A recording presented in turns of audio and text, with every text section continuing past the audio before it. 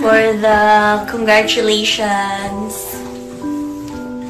It's a girl.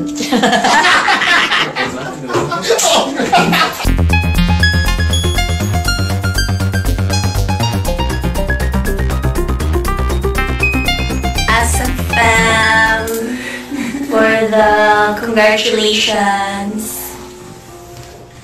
It's a girl.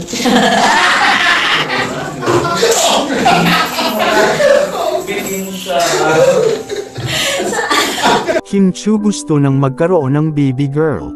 Aba si Kimi na paghahalataan na ng mga netizen. Makikita sa ilang clip ng video na si Kim Chiu ay sinurpresa ng kanyang mga katrabaho o ng ASAP family dahil sa parangal nitong nakuha sa Seoul International Drama Awards. Makikita sa clip ng video na nagpasalamat si Kimi.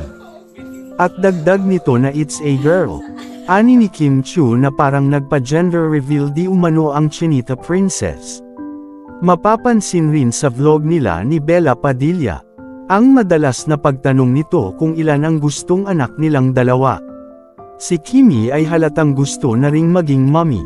At ang gender ay girl, ganun din si Paolo Avellino. Dahil kung mapapansin ay halos malapit silang dalawa ni Kim Chiu at Paolo sa mga bata. Na nagpapatunay na parang gusto ng magkaanak. Hindi naman tumutol ang mga netizen, ani pa nga ng isang netizen nang makita na may karga-karga si Paolo na bata. Wow, bagay kay Paolo Apwidi na siguro ang ganda pag nag-anak sila ni Kim. It's a girl.